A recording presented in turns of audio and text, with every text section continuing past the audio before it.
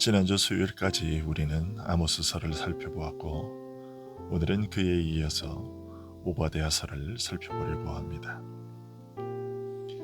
오바댜서의 저자는 1절 서두에서 밝히고 있는 것처럼, 그리고 그 제목이 알려주고 있는 것처럼 오바댜가 기록했습니다. 그러나 실질적인 저자는 하나님이십니다. 왜냐하면 오바댜의 묵시라 주 여호와께서 에돔에 대하여 이와 같이 말씀하시니라고 1절에서 전하고 있기 때문입니다. 즉 오바댜는 묵시라는 말을 통해 자신이 선포하기는 하지만 그 내용은 자신에게서 나온 것이 아니라 하나님께서 주신 것이라고 밝히고 있습니다. 이처럼 성경에 기록된 모든 말씀은 사람이 글로 기록했지만 성경 66권의 실질적인 저자는 오직 하나님 한 분뿐이십니다. 그러기에 우리는 성경의 말씀들을 대할 때 두렵고 떨린 마음으로 받아야만 합니다. 그러면 하나님께서 오바댜에게 주신 말씀은 어떤 말씀이었을까요? 오바댜는 에돔에 대하여라고 밝히고 있습니다. 우리가 알다시피 에돔 족속의 조상은 야곱의 쌍둥이 형인 에서였습니다. 하나님께서는 에돔 족속을 이스라엘 민족의 형제 나라로 인정하셨습니다. 그래서 출애굽 이후 고된 여정 가운데 있었던 이스라엘 민족에게 지름길을 통과하기 위한 에돔과의 싸움을 금지하셨습니다. 심지어 율법을 제정하실 때에는 이스라엘로 귀화한 에돔 사람의 3대 후손은 여호와의 총회에 참여할 수 있도록 허락하셔서 사실상 선민이 될 수 있는 길을 열어주시기까지 하셨습니다. 그런데 오늘 본문에서 하나님은 에돔에게 너희는 일어날지어다 우리가 일어나서 그와 싸우자 하는 것이니라는 말씀으로 에돔에 대한 선전포고를 하셨습니다. 물론 물리적인 전쟁은 주변의 다른 민족과 에돔이 할 것이었습니다. 그러나 선지자는 다른 민족들과 에돔과의 그 전쟁은 하나님께서 에돔을 심판하기 위해 선택한 하나의 수단이었음을 간접적으로 알려주고 있습니다. 이어서 오바댜 선지자는 1절의 말씀대로 에돔이 주변 민족들과의 전쟁을 통해 국력이 쇠하여질 것이라고 예언합니다. 그러나 그것은 어디까지나 겉으로 드러난 원인일 뿐입니다. 2절에서 하나님은 에돔 주변의 민족들과의 전쟁으로 말미암아 에돔의 국력이 약해지고 초라한 모습이 되어버린 것을 가리켜 내가 너를 매우 작게 하였다라고 말씀하고 계십니다. 즉 1절의 설명에서 밝힌 것처럼 에돔과 주변의 민족들 간의 전쟁은 하나님께서 에돔을 하찮은 족속으로 전락시키기 위해 사용한 하나의 수단에 불과했을 뿐입니다. 그러나 에돔은 이러한 하나님의 경고에도 불구하고 자신들은 멸망당하는 일이 없을 것이라 여겼습니다. 왜냐하면 그들의 거주지는 천혜의 요새였기 때문이었습니다. 에돔 족속의 중심 거주지는 사해 남쪽에 우뚝 솟아오른 세일산이었습니다. 이곳은 지형이 워낙 가파르고 험난했습니다. 뿐만 아니라 동굴과 같은 피난처가 많았습니다. 그로 인해 어떤 나라도 그곳을 쉽게 정복하지 못했습니다. 특히 에돔의 수도 페트라는 그 입구가 약 3.5km의 좁은 절벽 사이 길이어서 적은 군사로도 많은 대적을 방어할 수 있었습니다. 에돔은 이 같은 자신들의 거주지의 지형적 이점을 과신한 나머지 세상 어떤 나라도 자신들을 멸망시킬 수 없다는 교만한 마음을 가졌습니다. 또 이 세일산을 본거지로 하여 주변 나라들의 변방 지역을 약탈하기 일쑤였습니다. 그처럼 천혜의 요새로 인해 주변 나라들의 공격을 쉽게 물리쳐낼 수 있었던 에돔이었지만 그들도 결국은 망하게 될 것이었습니다. 왜냐하면 하나님께서 에돔이 아무리 높은 곳에 거할지라도 그들을 반드시 끌어내릴 것이라고 하셨기 때문입니다. 그리고 하나님께서는 자신이 에돔을 끌어내리게 되면 그들을 보는 모든 자들이 에돔이 어찌 이렇게까지 망하게 되었느냐고 놀랄 정도로 철저히 멸망하게 될 것이라고 하십니다. 앞서 설명한 대로 에돔은 쉽게 접근할 수 없는 높은 바위 절벽의 굴들을 은신처로 삼았고 그곳에 자신들이 약탈한 것들을 숨겨두었습니다. 그러나 하나님께서 그들을 멸망시킬 때에는 그것들 중에 하나도 남겨지지 않게 될 만큼 철저하게 멸망하게 될 것이라고 하십니다. 혹여 도둑이 들었다 할지라도 남는 것이 있고 포도원에 들어와 포도를 따가더라도 남는 것이 있지만 에돔은 남는 것이 하나도 없을 정도로 멸망하게 될 것이라고 하십니다.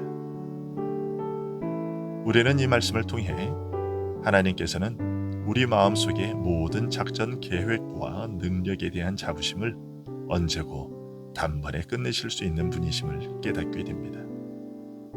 동시에 자기 자신의 힘을 의지하고 하나님의 힘을 무시하는 것이 인간의 가장 큰 어리석음인 것을 깨닫게 됩니다. 그러면 하나님께서는 무엇 때문에 에돔에게 이토록 진노하셨을까요? 그것은 이스라엘에 대한 에돔의 포학 때문입니다.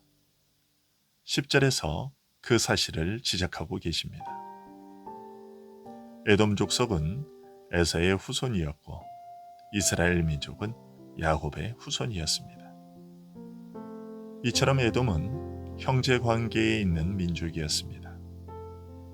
그래서 하나님은 출애굽 당시에 이스라엘에게 에돔을 공격하지 말라고 명령하셨던 것이고 이스라엘은 하나님의 명령에 따라 수비적인 자세만 취했었습니다.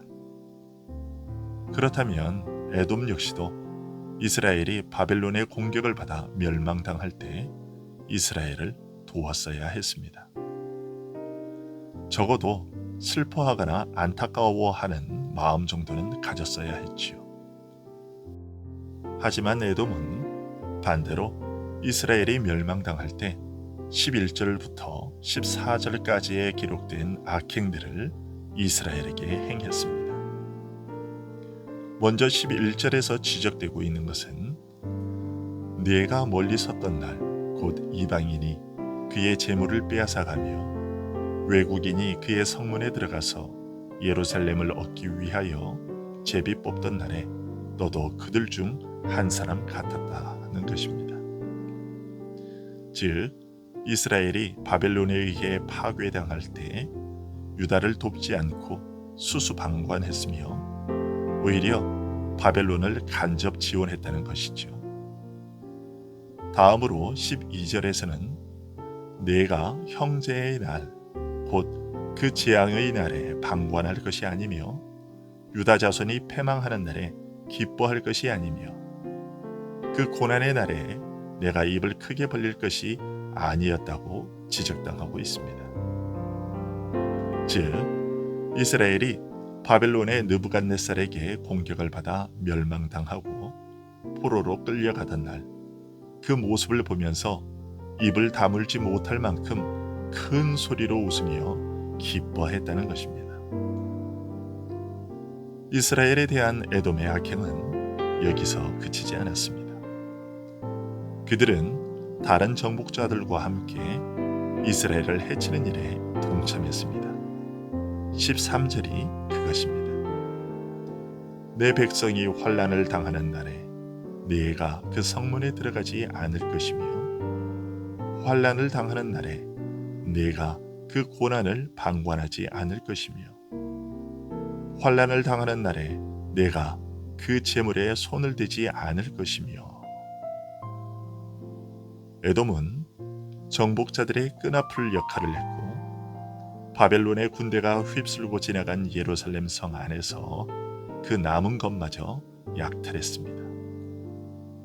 그리고 바벨론 군대에 의해 예루살렘 성이 함락된 후 남유다 백성들이 바벨론의 포로가 되지 않기 위해 예루살렘 성을 탈출하여 각지로 흩어질 때 이들의 도주로를 막아 남유다 백성들이 바벨론에 사로잡히거나 칼에 맞아 죽게 했습니다. 그리고 예루살렘 성 안에 남겨졌거나 바벨론의 눈을 피해 숨어있던 남유다 백성들을 찾아내어 바벨론에 넘겨주어 노예로 삼게 만들었습니다. 14절이 말하는 바가 그것입니다. 내 거리에 서서 그 도망하는 자를 막지 않을 것이며 고난의 날에 그 남은 자를 원수에게 넘기지 않을 것이니라. 이처럼 자신의 백성 이스라엘에 대한 에돔의 배반적 악행 때문에 하나님은 에돔에게 진노하셨고 그들이 이스라엘에게 행한 대로 그들에게 벌할 것이라고 15절과 16절에서 말씀하십니다. 에돔은 자신들이 예루살렘 성에서 탈취한 형제들의 것들을 가지고 축하잔치를 벌였었는데 하나님은 마지막 심판의 날에 다른 민족들이 에돔의 것을 그렇게 하나도 남김없이 다 마셔버리게 될 것이라고 하십니다. 7절부터 9절의 말씀도 이와 같습니다. 7절에서 하나님은 형제국인 이스라엘을 배신했던 에돔이 자신들과 아주 친밀한 관계를 유지하던 민족들에게 똑같은 형태로 배신을 당할 것이며 9절에서는 에돔 족속 모두가 죽임을 당할 것이라고 하십니다. 그러나 반대로 에돔이 그토록 없애고 싶었던 멸망하여 없어지기를 간절히 바랐던 이스라엘은 다시 회복될 것이고 그 회복되는 날에는 이스라엘이 시온산에서 에서의 산을 심판할 것이라고 하십니다. 에돔은 이스라엘이 도망하지 못하도록 탈출구를 막아섰지만 그래서 많은 남유다 백성들이 사로잡혀 포로로 끌려가거나 죽임을 당했지만 그러나 하나님께서 마련해 주신 도피처에서 살아남는 자가 있게 하실 것이라고 말씀하십니다. 그리고 하나님께서 이스라엘에게 약속하고 허락하셨던 가나안 땅을 여전히 그들의 기업으로 남아있게 할 것이며 북이스라엘과 남유다가 다시 불과 불꽃처럼 통일되어 에돔 족속을 멸망시킬 것이며 에돔이 이스라엘에게 정복당할 것이라고 하십니다. 뿐만 아니라 19절에서는 에돔과 블레셋에게 빼앗겼던 영토들을 도로 찾게 될 것이며 통일 이스라엘 왕국으로 있었을 때의 영토, 즉 아브라함에게 약속하셨던 땅들을 다시금 회복할 것이라고 하십니다. 그리고 20절에서는 이스라엘의 옛 영토를 넘어 이방의 성읍까지도 정복하게 될 것이라고 하십니다. 그러나 이상의 예언들이 역사적으로 실현된 적은 없습니다. 그렇다면 하나님께서 허언, 즉 거짓말을 하신 것일까요?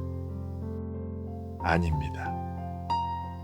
결국 17절부터 21절까지의 말씀은 지상의 이스라엘 왕국에 대한 것이 아니라 그리스도께서 교회를 통해 이루신 그리스도의 왕국에 대한 예언인 것입니다.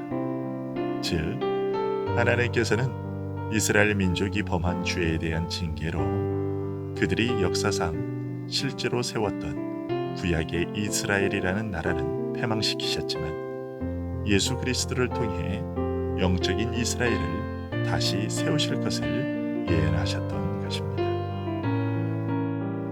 또한 하나님께서는 오바댜서의 이 말씀을 통해 하나님의 백성이라고 불리는 이스라엘은 버림받은 자식들처럼 되고 그들을 괴롭히던 에돔 족속은 번영 속에서 호화롭게 사는 모습을 보게 될 때 이스라엘의 믿음이 흔들리지 않도록 격려하고 계십니다.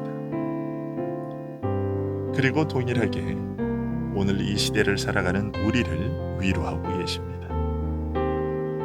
우리도 때로 구약의 이스라엘 백성들처럼 하나님의 말씀에 불순종하며 살다가 하나님의 징계를 받아 어려운 상황에 처하게 될 때가 있죠. 꼭 불순종할 때뿐만 아니라 하나님의 감추어진 뜻을 이루기 위해 믿는 자들이 세상의 조롱과 핍박을 받도록 내버려 두시고 가난하고 어려운 중에 처하기도 하시고 불신자들은 부유하고 풍족하게 살도록 하실 때가 있습니다. 그런 모습을 볼 때 우리의 신앙은 나약해지고 심지어 하나님의 택하심을 받았다는 것이 다 무슨 소용이냐 하는 파괴적인 생각에 이르게 될 수도 있습니다. 하나님은 우리가 그런 잘못된 절망에 빠지지 않도록 오늘 이 말씀을 주신 것입니다. 세상이 지금 저렇게 믿는 자들보다 잘 살고 우리를 자신들의 발 아래 두고 조롱하고 있다 하더라도 그것을 부러워하지 말고 그 모든 악행들을 심판하실 때를 참고 기다리라고 우리를 격려하기 위해 오늘 이 말씀을 주신 것입니다. 그러니 이런 사실을 기억하고 하루하루의 삶이 시대의 조류에 휩쓸려 가지 않고 예수 그리스도께서 최종적으로 이루실 그 구원의 날을 바라보면서 믿음의 길에서 후퇴하지 않는 우리들이 되기를 간절히 바랍니다.